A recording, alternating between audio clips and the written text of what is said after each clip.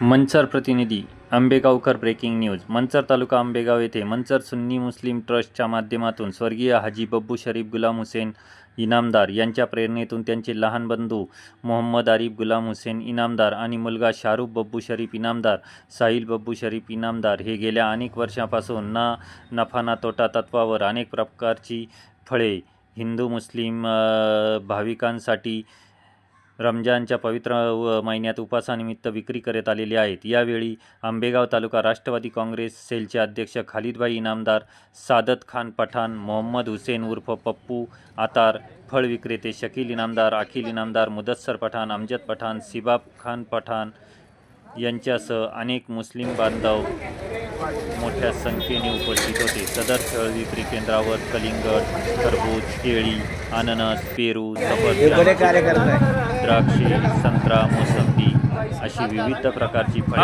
स्वस्त दरात ना नफा ना तोटा तत्वावर विक्रीसाठी उपलब्ध आहे।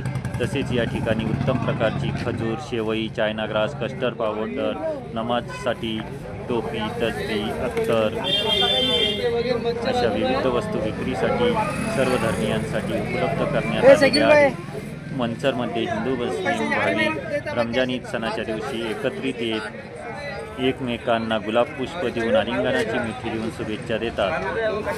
रमजान ईद सणानिमित्त हिंदू मुस्लिम भाविकांचे ऐक्य सर्वच ठिकाणी पाहायला मिळते।